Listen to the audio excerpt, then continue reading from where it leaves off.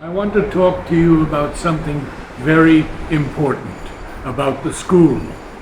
Oh, So, we started learning French even before the school began. The school was opened in 1943, December, and we started learning French with the architect Chandulal, who spoke French very well. So the mother said, "You will teach French." So he told mother, "I don't know how to teach." So mother said, "I shall help you." So every week we had to do a handwriting of one sentence of the mother's. And mother would tell him to ask us to write in block letters and in cursive or print. So she would call the tune, and we had to fill one page with the sentence written 3 times or 4 times over. So we would know the sentence. And mother would mark it, and this gentleman, the architect of Golconda, Chandulal, spoke French very well. So he would give us and dictate to us one sentence of the mother. It was on Sunday afternoon because the whole week he had work. Between 2 and 3, we used to have our class, and at 3, mother would come to the balcony, Rue Saint-Gilles balcony, to look at the new dairy farm cows and calves. You know? So she would come with Nalida, Pavitrada, Amritada, all of them would be with her. in the car, in her car. On Rue Saint-Gilles, on the balcony with her. She would be in front and they would be standing like that behind, looking at the cows that have been bought for her dairy. Oh, they brought them. They were all standing in a row. Oh, And we used to rush after our class to be there on time to see the mother.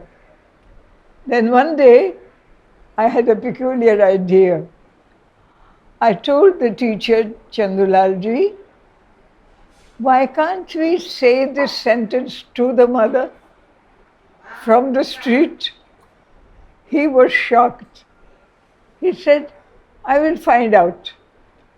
So he evidently asked the mother and Shervinda and told the next week, yes, you can say the sentence. So we rushed, and I used to lead, and 2 others used to be with me. We said a sentence from the Bible which the mother had quoted. C'est ici la maison de Dieu, et nous ne le savions pas. Here is the house of God, and I did not know it. And we changed the I into we. It is here the house of God, and we did not know it. In French, c'est ici la maison de Dieu, et nous ne le savions pas. And mother smiled and said, maintenant vous le savez. Now you know it. And Shervinda was sitting in his own room, facing the east, and I think he enjoyed the answer very much. And now you know it. So from then on, ashram was a special place for me. There was no reason to think of going elsewhere.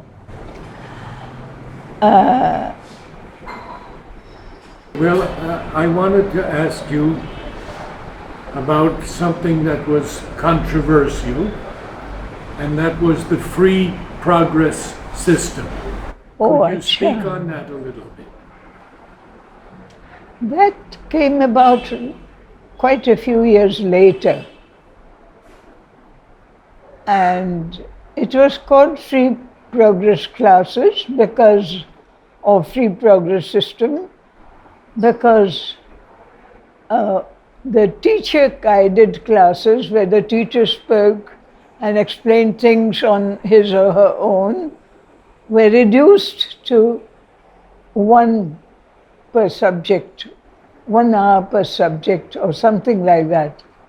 And the other hours of the school, the children were left free to do their whatever they wished. If they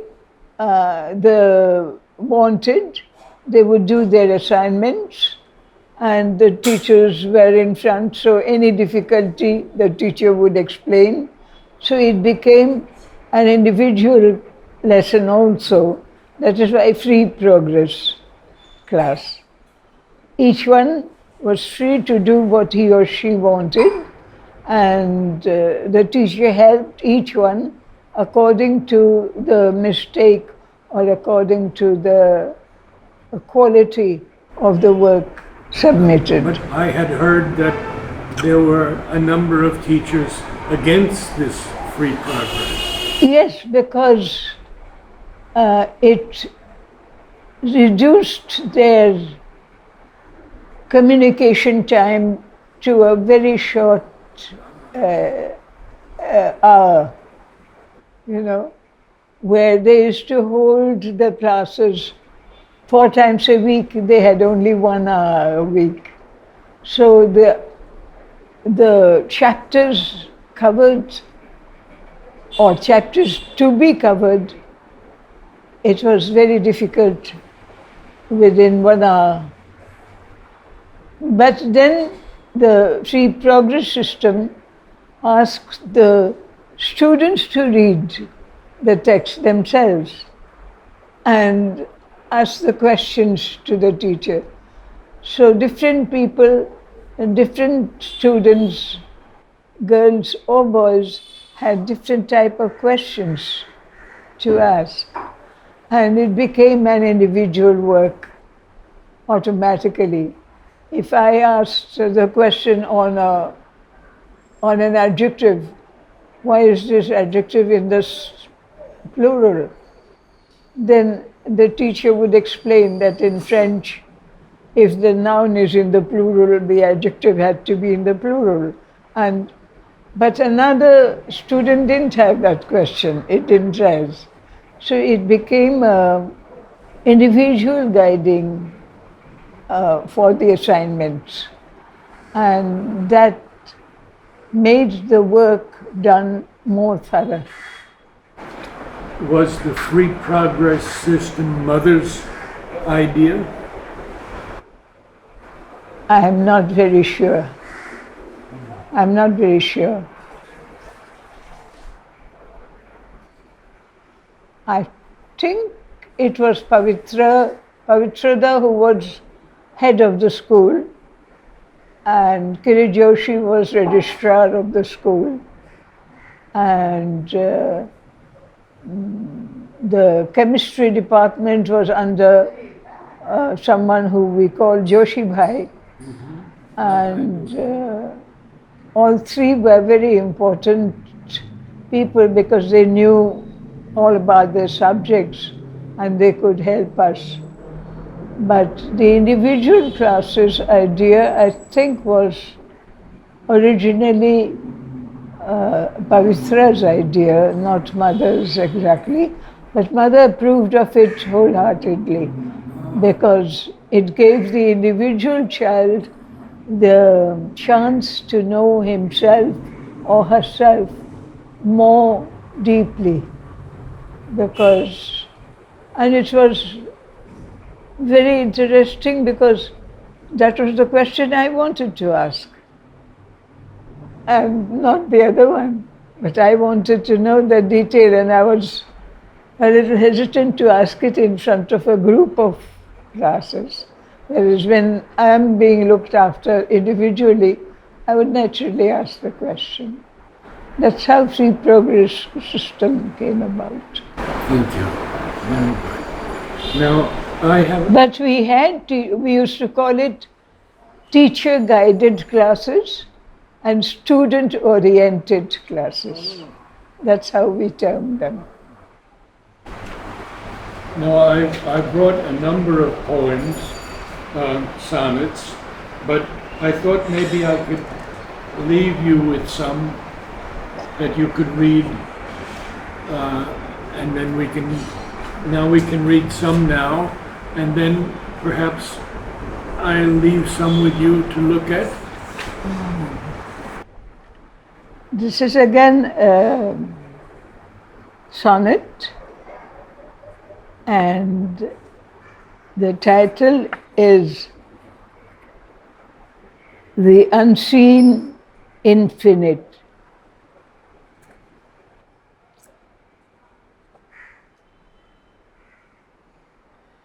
Arisen to voiceless, unattainable peaks, I meet no end, for all is boundless He. An absolute joy the wide-winged spirit seeks, a might, a presence, an eternity. In the inconscient, dreadful, dumb abyss are heard the heartbeats of the infinite. The insensible midnight veils his trance of bliss. A fathomless, sealed astonishment of light. In his ray that dazzles our vision everywhere,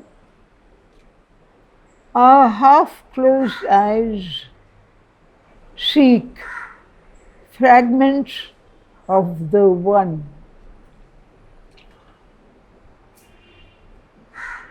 Only the eyes of immortality dare to look unblinded on that living sun.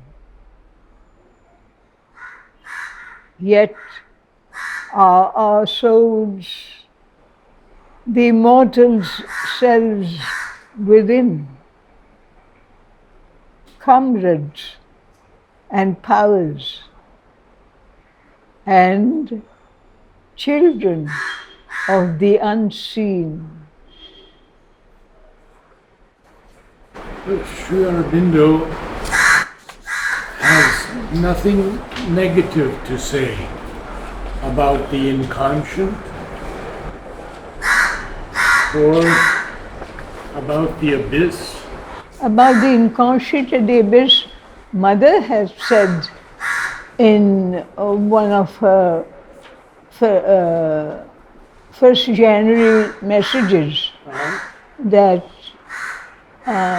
right in the heart of the inconscient she had been thrown, and a power pushed her out of it, and she went through all the levels to emerge into the sunlight. I can't remember the prayer, otherwise I would have recited it.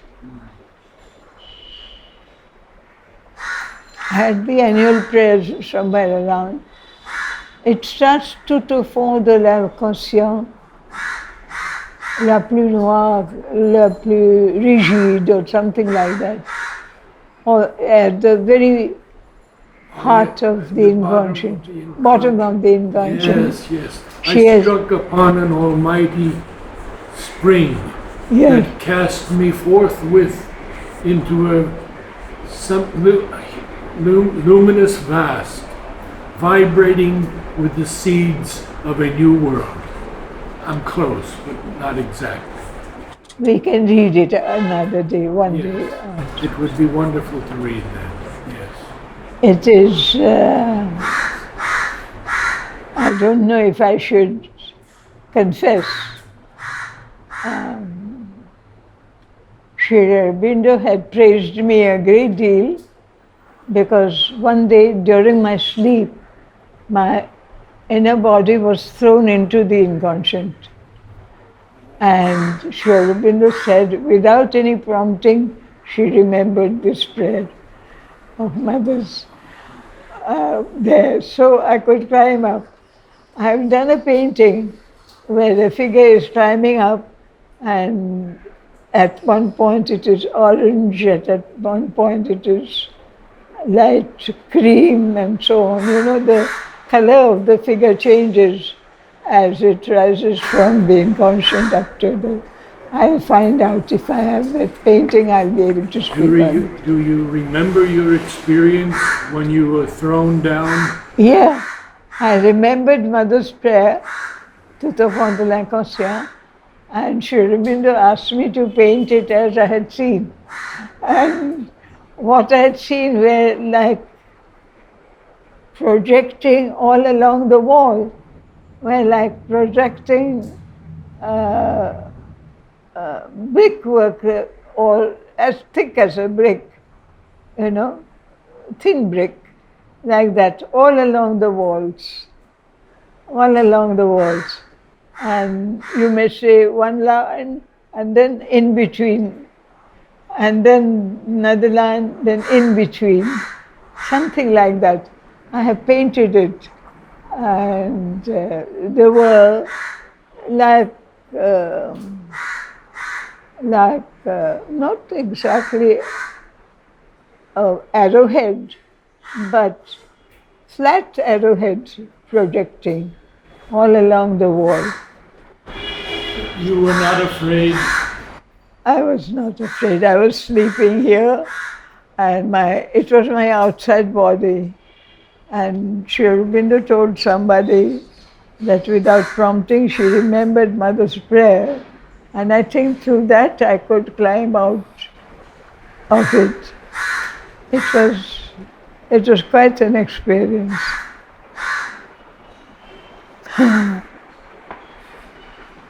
We see at this time in the world so many wars.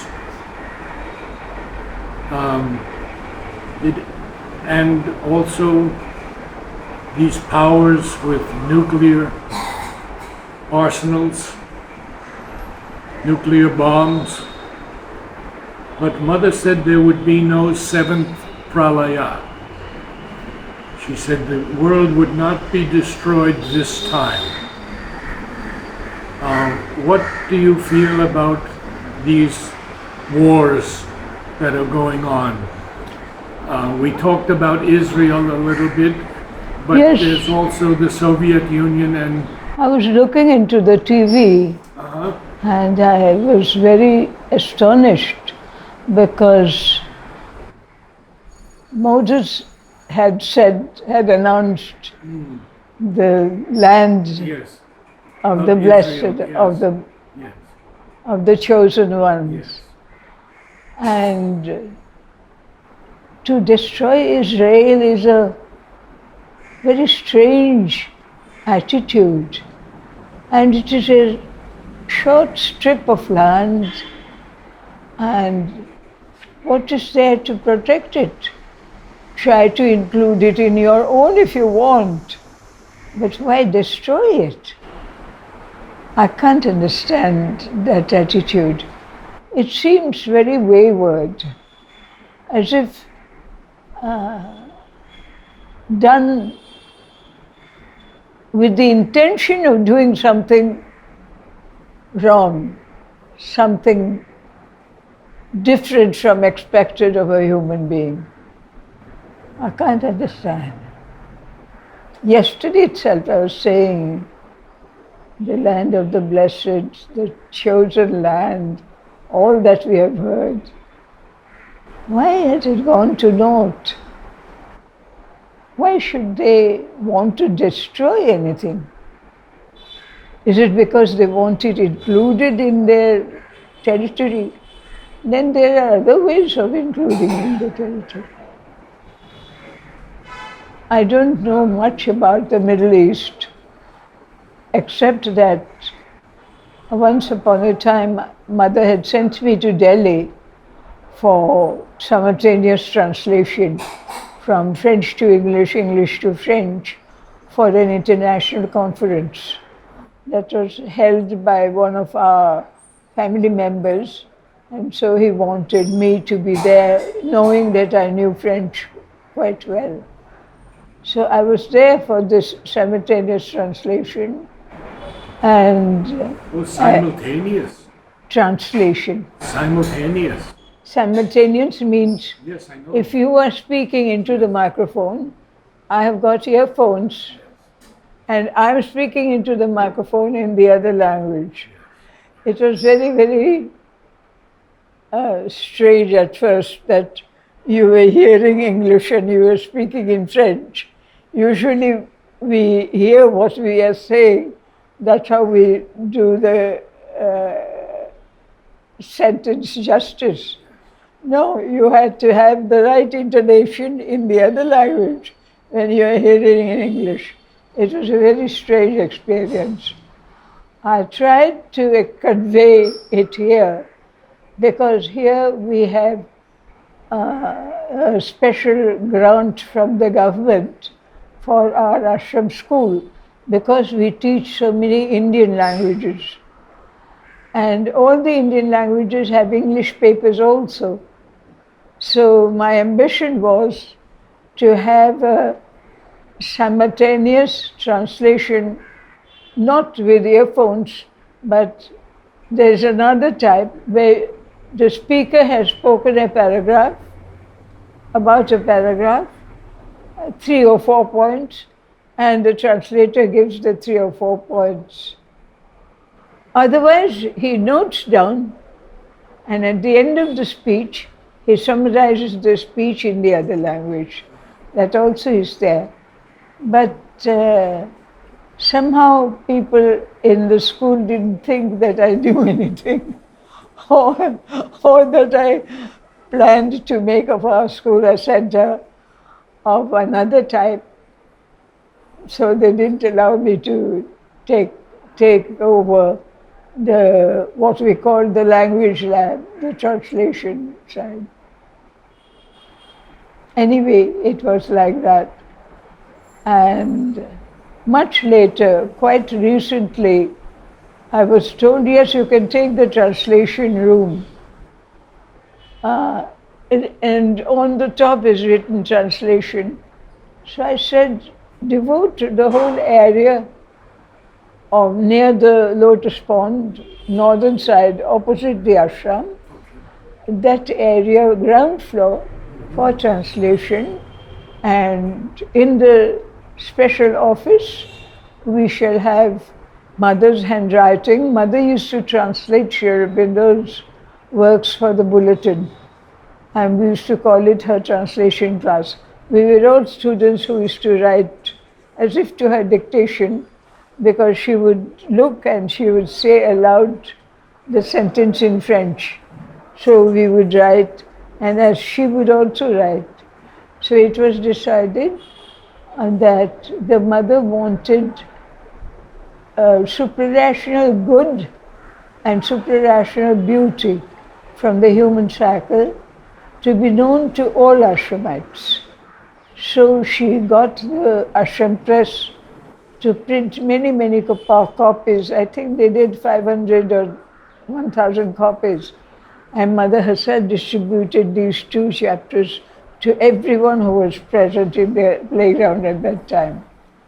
She used to give groundnuts or toffees. She gave these 2 chapters to everyone. So as I knew it, I had suggested that in the school we had, in the translation room, Mother's facsimile, 2 pages, 1 page from the suprarational good, 1 page from the suprarational beauty, A4 size page, whatever paragraph has been translated by her, but in her hand, and we have it framed and hung on the wall, so that we always have with us something of her of herself. And the text of the translation in English would be there in print beside, so that any adult who would come in and would want to know would be able to know the thing. But the youngsters who would come, for them it would be like, pictures hung on the wall. And if they asked a question or if the teacher wanted to draw the attention. So I wanted a translation room where all the Indian languages we teach here, 5 or 6 of them, Hindi, of course, Hindi, Gujarati, Bengali, Tamil, Marathi, and also Telugu, I think. So there are 6 languages that we have, because Mother said the student must know his or her mother tongue. So all the students we had from different regions of India had to have their mother tongue. But the government wanted that Hindi should be important. So Mother didn't like the idea. So Mother said, we will keep Hindi in such a way, whichever student wants to join will be able to join. It will be left free to the student.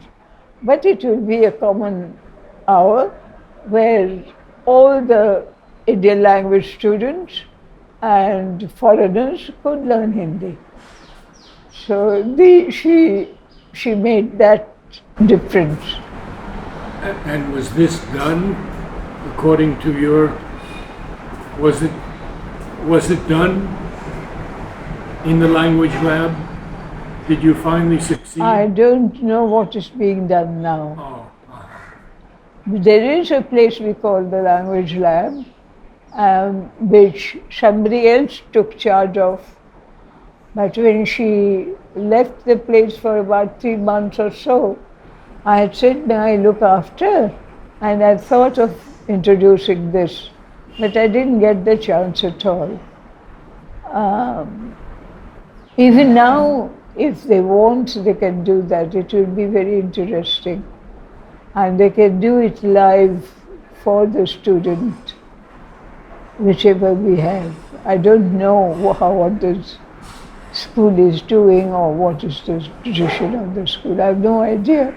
I'm stuck here in the house. Could you tell us a little about how Mother guided you in your position as one of the heads of the school?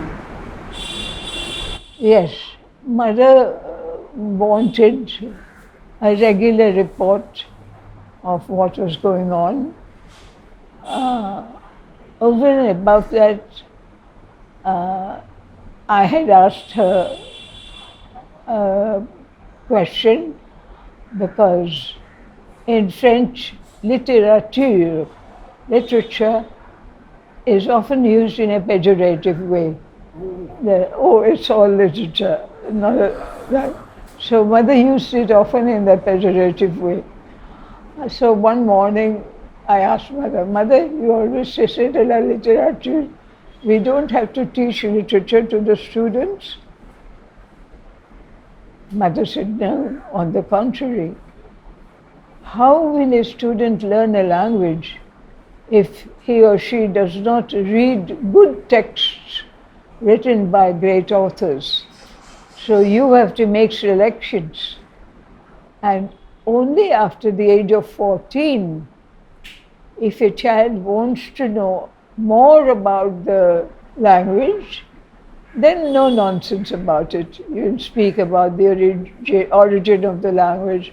Most of the language medieval times and Renaissance times. So all that you will speak only after the age of 14 to those children who would like to know about the literary side. And when they reach the college level, they are intelligent enough and they choose science or literature or art. And as we are Sri Aurobindo Center of Education, all of them attend classes where teachers introduce the 5 major books. And the Life Divine, they have to do a few chapters. Last chapters of Life Divine, Mother translated. So those last chapters they have to do. The Human Cycle, The Ideal of Human Unity, Foundations of Indian Culture, and Future Poetry. So these are books that were. So I had told Mother, I think I have said it once, Mother, you say Sedila literature as if we don't have to teach, it is something pejorative. And Mother said, as I told you, on the contrary, they have to read good texts.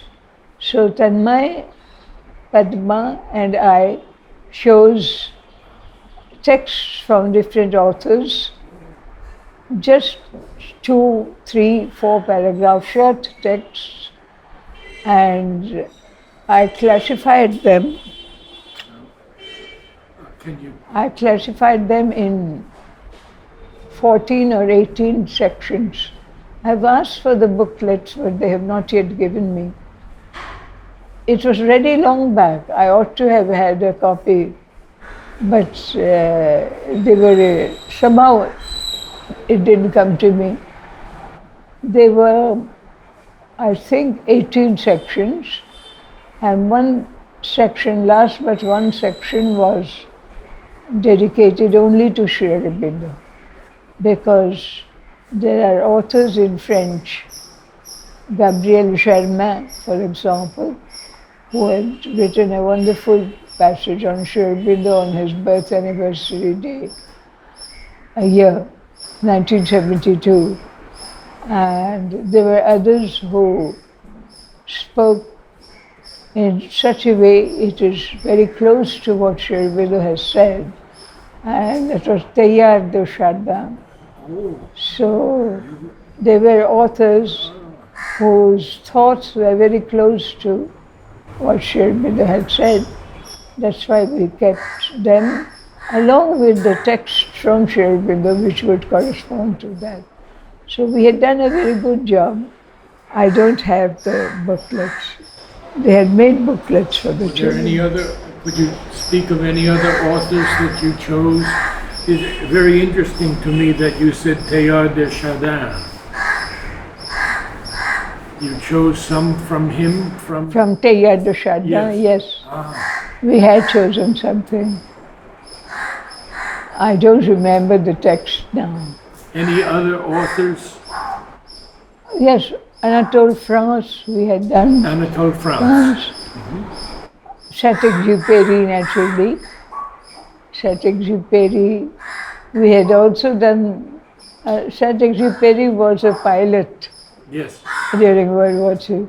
And he has got a very nice booklet called Le Petit Prince, the Little Prince. You know that. He was stranded in the Sahara, and then this Little Prince appeared. And we had done that as in a play form in the school for the children. They were all very interested.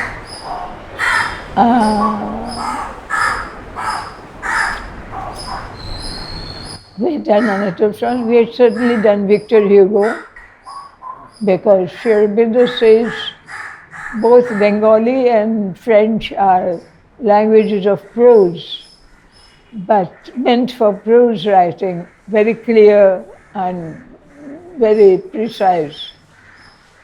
But Victor Hugo and Rabindranath Tagore made these languages fit for poetry. What about Baudelaire?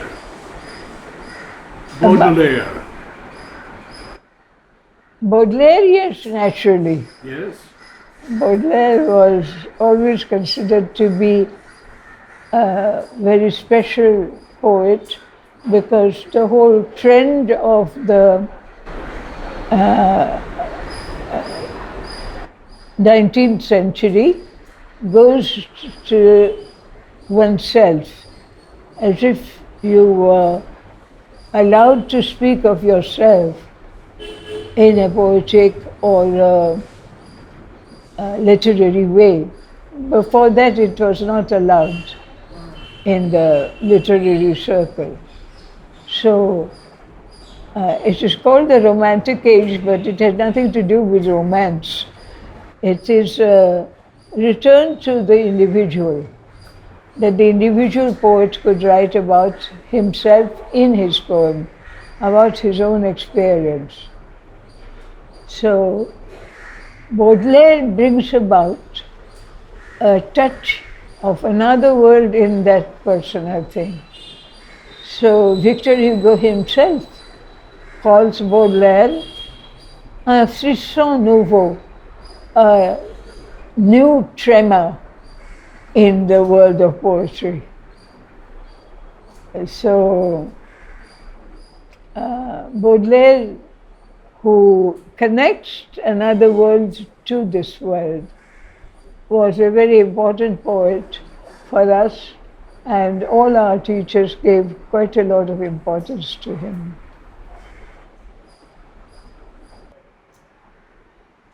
The inconscient foundation.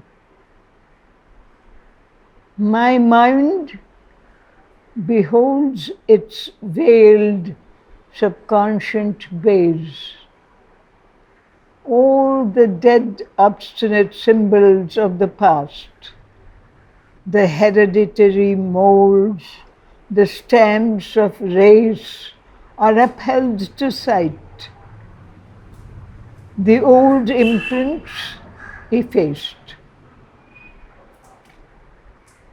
In a downpour of supernal light, it reads the black inconscient's enigmatic script, recorded in 100 shadowy screeds, an inert world's obscure, enormous drift.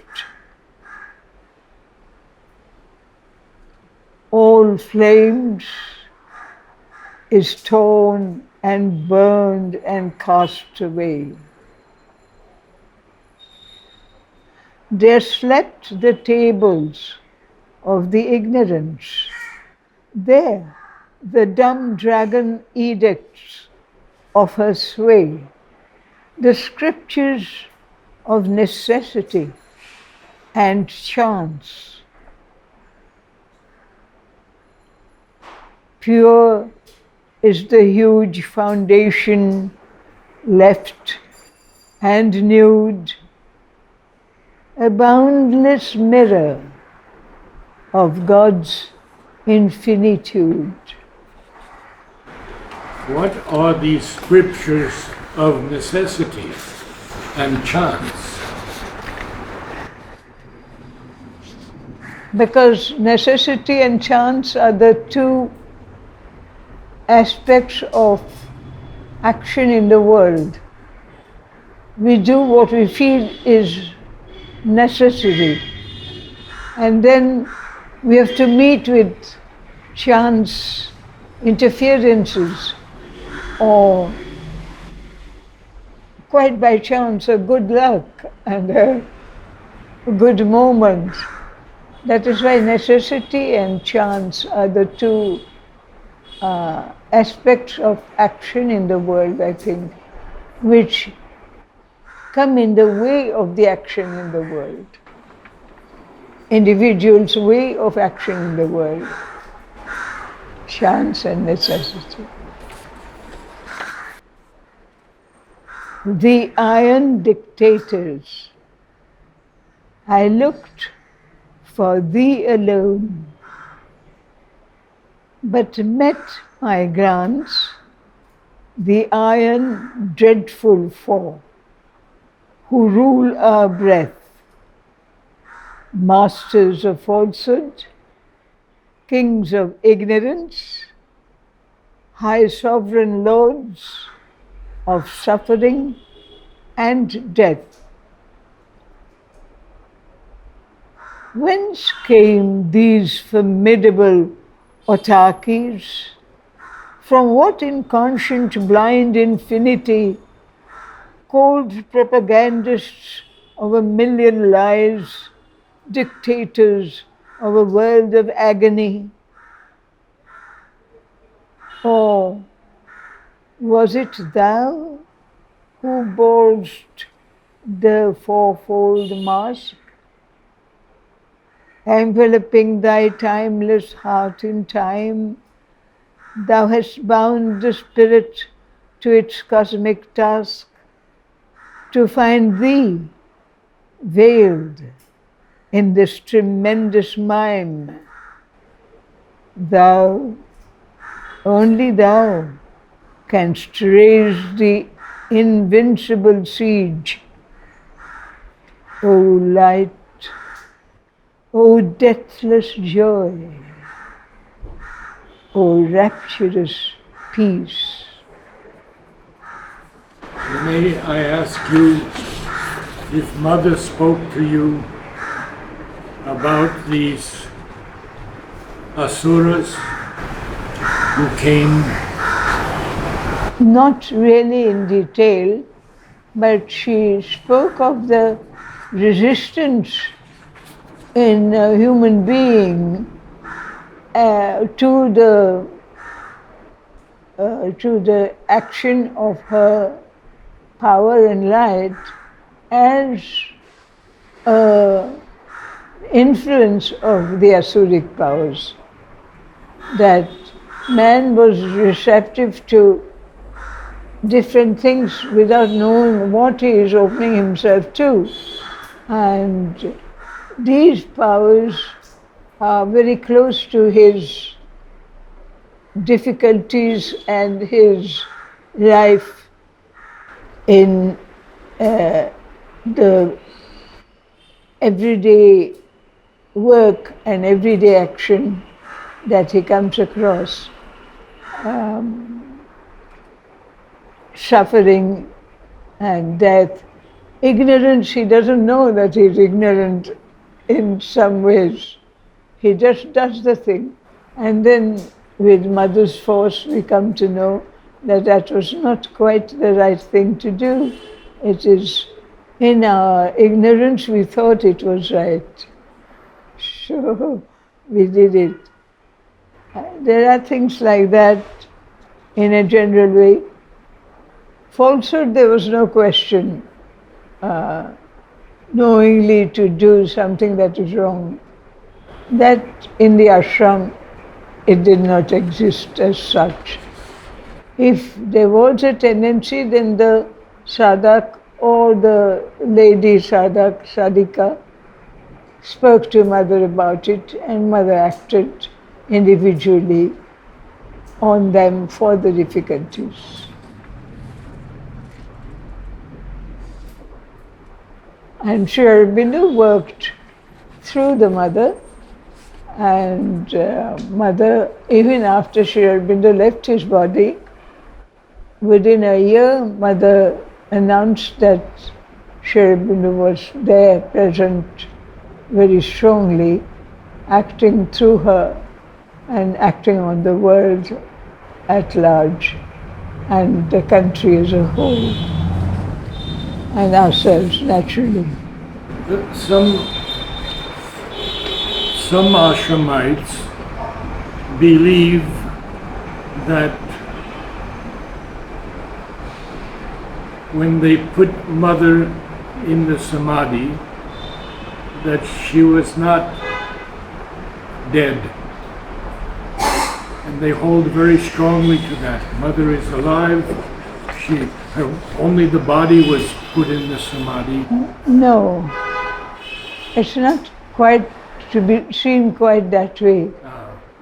Even when she was in her body, her consciousness spread out. And I think I spoke about it the other day. Someone asked, how do you know that somebody in Kolkata or elsewhere is calling for your help? She said that she feels something like a pinch. So her consciousness always was beyond her body, spread beyond her body. In fact, in a general way, all of us have an aura. Mother has spoken of it in her play, Where Love Need, where the poet explains to a young woman who says, "What is this that I see?" She was a clairvoyant and she could see beyond the physical. She said, "What is this I see around the head of people? Sometimes it is muddy and dark, and sometimes it is more luminous. Around your head I see a light violet color. What is all this?" So the poet explains, it is the aura, that all of us have an aura which is a reflection of our feeling, of our thoughts, of our own way of living. And that aura may be luminous or less luminous according to the quality of the life we lead.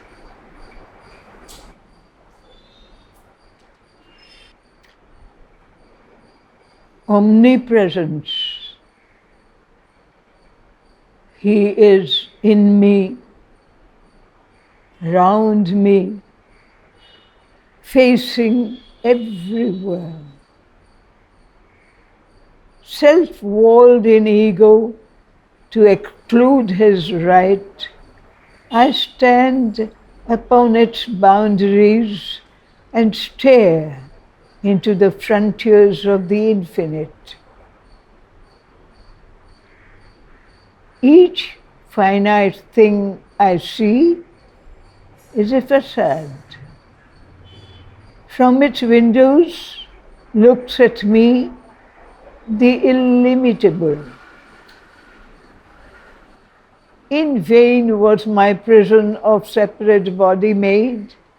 His occult presence burns in every cell. He has become my substance and my breath. He is my anguish and my ecstasy. My birth is his eternity's sign. My death, a passage to his immortality. My dung abysses are his screened abode. In my heart's chamber lives the unworshipped God.